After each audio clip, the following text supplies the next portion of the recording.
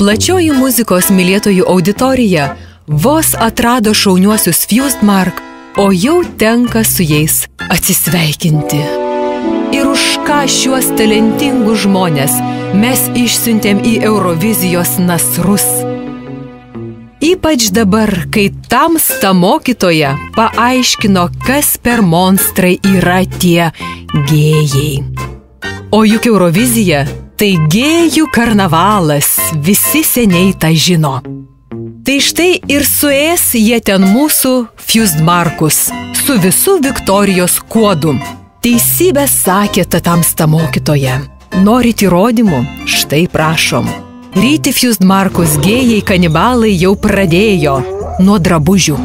Netikėkit tom pasakom, kad beskrendant į Kijevą dingo grupės kostiumai. Juos kanibalai suėdė. Jūs sakysit, o kaip kiti atlikėjai, kurie važiavo į Euroviziją?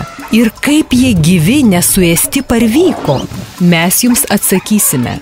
Tik savo beprotiško apdairumo ir nepaprastų apsaugos priemonių pasitelkimo dėka. Štai Saša Songas nuo gėjų kanibalų gynėsi degančią ranką. Montvidas bandė sumažinti savo patrauklumą lamo šukuoseną ir mokėjo karatė bei šokinėti kaip nindzė. Tokio joks kanibalas neprigriebs. Andrius Mamontovas į Euroviziją vežėsi 5 bachūrų chebrą, iš kurių vienas su matiugalniku, o kitas tokių judesiukų moka, kad drebėjo pakampėse visi aštredančiai žudikai. Pamenat, kažkada važiavo tokia grupė For Fun. Tai jie iš baimės būti suėsti, apskritai po uždangą pasislėpę padainavo ir nėrė atgal namo.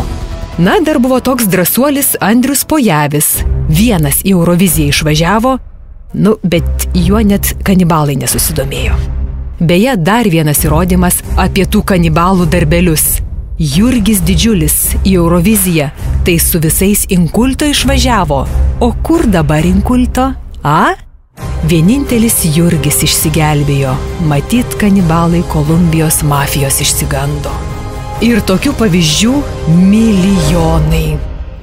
Visas pasaulis žino, kad iš Eurovizijos gėjų nasrų gali negrįžti arba grįžti apgraužtas.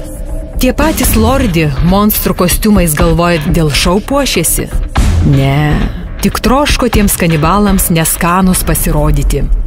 Tad mielosios Aistė Pilvelytė, Rūta Ščiogolevaitė. Antroji vieta atrankoje į Euroviziją – bilietas į gyvenimą.